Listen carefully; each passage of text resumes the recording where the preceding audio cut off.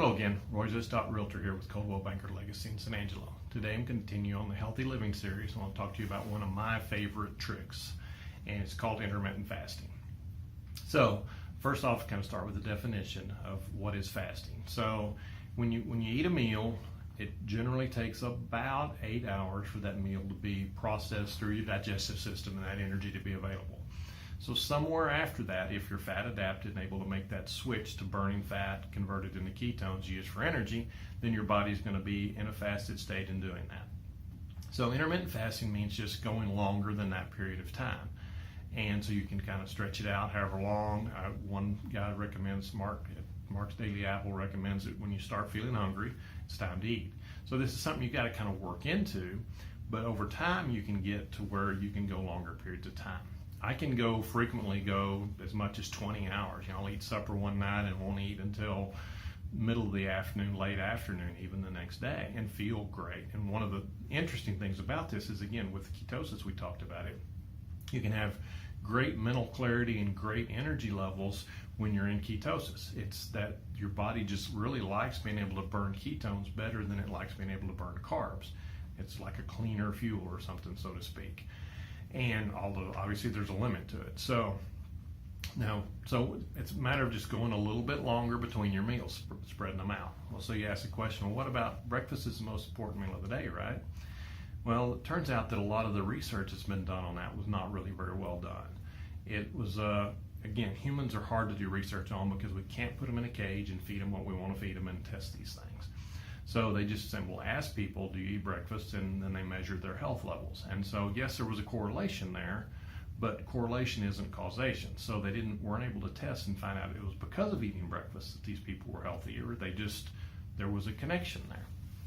So that's part of it. This is also an interesting area that with intermittent fasting, what you find out is that there's a large difference between men and women, because a woman's body is designed to where she's going to be preparing to have a baby, whether she's having one or not, as you go through the monthly cycles and everything. And so women tend to typically have a much harder time with longer periods of intermittent fasting. I said I can go 20 hours. Women typically can't do that. They can go a little longer generally once they've hit menopause and in those later stages of life. And so, particularly when they're menstruating, their body is preparing every month to have a baby.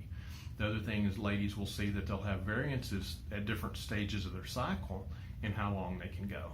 So if you're a woman trying to get into this, your expectations don't take that I've said I go 20 hours and feel like you have to do that. Keep it shorter. When you get hungry, then that's the time to start eating.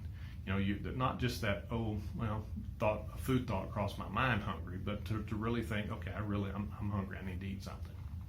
So kind of go to that point on a regular basis. There's other people say you should just take one full day or day and a half, 2 days a week and not eat. Eat like you want to the rest of the time. I prefer the just not eating breakfast and eating lunch later, if at all. It works a little better for my schedule. It's the more hours a day of that energy level and that mental clarity, which is really cool. I mean, it really is a neat experience once you kind of get used to it and adapt it, but there is an adaptation process. So don't expect it to happen overnight. So it's interesting to me, years ago when I was a little kid, my dad got very overweight, and one of the things he did to lose weight was he didn't eat breakfast and most days didn't eat lunch. And I remember as I grew old enough to understand that, well, breakfast is the most important meal of the day, you shouldn't have done that. Well, all I know is he lost that weight, 40 something years ago and kept it off for 40 years. So there's something to this that we didn't understand then. And some people will talk about your body going into a starvation mode and it reducing your calorie needs, slowing down your metabolism. And this can happen, but typically the research now shows it really doesn't start as quickly as we thought. You always seem to think, well, if I went 10 hours without eating, that my body would start shutting down. And it doesn't happen until second to maybe third day that you really start seeing. And even then, it's pretty minor at first. And as you get into the fourth and fifth days, then it gets a lot more dramatic. So you do want to be cautious about going that long. But, so just play with it. Experiment with the different ways of doing it, whether it's, again, just not eating breakfast, not eating until later in the day. And honestly, I wonder, a lot of times we'd be better off just eating earlier, even in the evening. So have a larger meal at 5 or 6, although sometimes it's hard with work and different things going on. But eat something like that, and then into the evening and morning to not eat.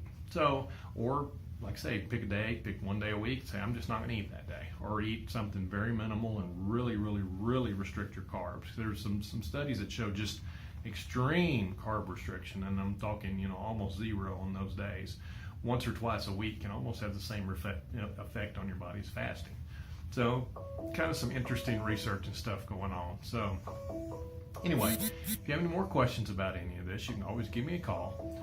RoyZesch.REALTOR, 325-268-0775. Thank you.